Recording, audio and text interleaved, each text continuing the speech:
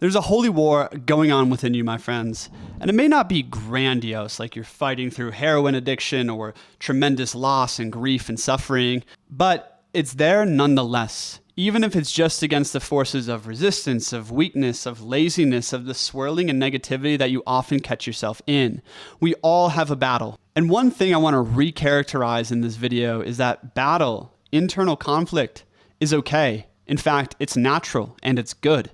We have this huge aversion to conflict, to any sort of violence or hardship in the modern world. We have adopted what Nietzsche calls the slave morality, where we only value peace and compassion and ease and comfort. Some of these values are important, but the reality is that Earth presents many challenges, and we are here to grow.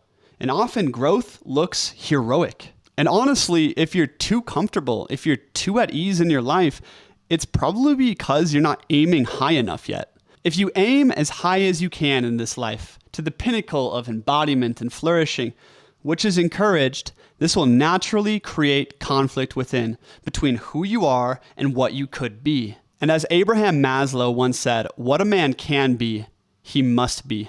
This need we call self-actualization.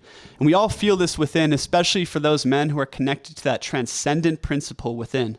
I'm not going to get into the details about how to wage this holy war of transformation. I wrote about that extensively in my book. I just want to talk about my progress towards victory and what I've learned.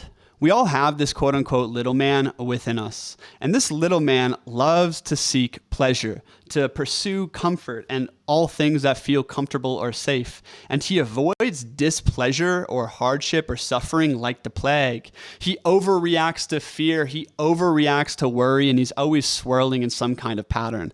We all know this little man within ourselves. And a daily practice I find useful is this idea of living at your edge. Where is your edge in training, in work, in your relationships, in your life? Like, what would it look like to give 10% more, to actually expand your potential and horizons? And this feeling of living at our edge, of overcoming the little man, is actually where a lot of joy and fulfillment come from. And Nietzsche summed this up really well in saying that life must always overcome itself. Especially for the higher types out there, this is not a want. This is a need. Reflecting on the challenges and battles of my life, I've come to realize that they're not fought in vain. Although the destination is always going to be fleeting, the purpose is to cultivate a deeper relationship with the transcendent principle within. This is the lasting and most beautiful thing you can accomplish.